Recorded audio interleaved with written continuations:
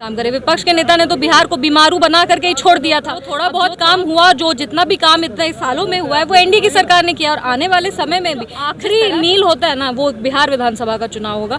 उसके बाद India alliance को हम लोग विलुप्त कर देंगे, और जिस तरह से हमारा लोकसभा में प्रदर्शन रहा है उससे भी अच्छा प्रदर्शन हमारा विधानसभा कुमार जी को फिर से मुख्यमंत्री बना करके बिहार के विकास का एक नई उमंग लेकर के भविष्य देखने में कोई हमको नहीं लगता दिक्कत होगा, क्योंकि यहाँ पे आप देख सकते हैं कि हमको लगता है सारे जिला में अगर सबसे अच्छा कोई एनडीए कार्यकर्ता सम्मेलन हुआ तो उसमें से टॉप 3 या 4 में समस्तीपुर तो डेफिनेटली है।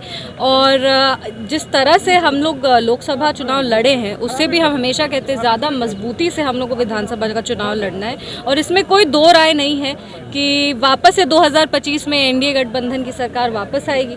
और जिस तरह से हमारा लोकसभा में प्रदर्शन रहा है उससे भी अच्छा प्रदर्शन हमारा विधानसभा में रहेगा। इसमें कोई शक नहीं है कि हमारे कार्यकर्ता साथ में हैं, सभी दलों के जितने भी कार्यकर्ता हैं वो अटूट हैं, मजबूती से चुनाव लड़ेंगे। उपचुनाव में भी हमने देखा कि किस तरह से हमने विपक्ष को ध्वस्त कर दिया है, और हम तो हमेशा कहते हैं कि ये जो बिहार विधानसभा का चुनाव होगा वो कहते हैं कि इंडिया अलायंस के कॉफिन में जो आखिरी मील होता है ना, वो बिहार विधानसभा का चुनाव होगा। उसके बाद इंडिया अलायंस को हम लोग विलुप्त कर देंगे, और उसके मतलब जिस तरह से बिहार का विकास अभी तक हुआ है इसके भी ज़्यादा 2 गुनी स्पीड से विकास बढ़े, उसके लिए हम लोग काम करेंगे। विपक्ष कह रहा है कि नीतीश जी कमजोर हो गए।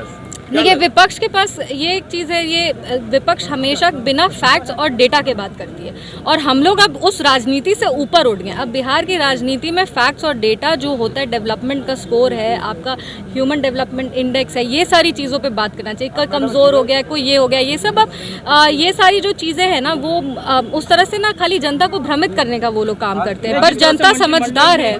जिस तरह से मंत्रिमंडल में अब भाजपा की संख्या ज़्यादा बढ़ गई है, और नहीं, वो उनका कोई पेंडिंग कोटा था जिसको कंप्लीट कर दिया गया। इसमें कुछ कोई डिस्कशन या डिबेट ही नहीं है।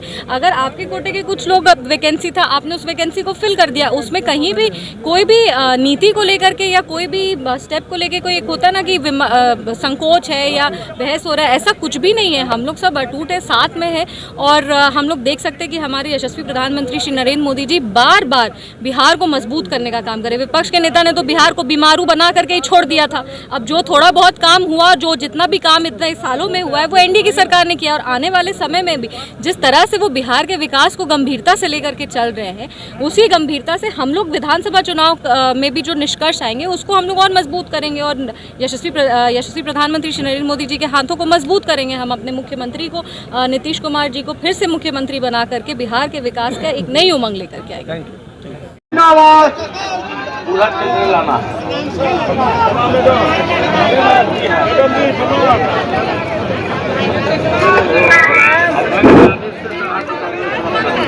अध्यक्ष के आदेशानुसार धन्यवाद ज्ञापन करने का अवसर दिया गया। आज मैं जननायक कर्पूरी ठाकुर भारत रत्न की धरती पर मैं आप सभी एनडीए के सम्मानित प्रदेश अध्यक्ष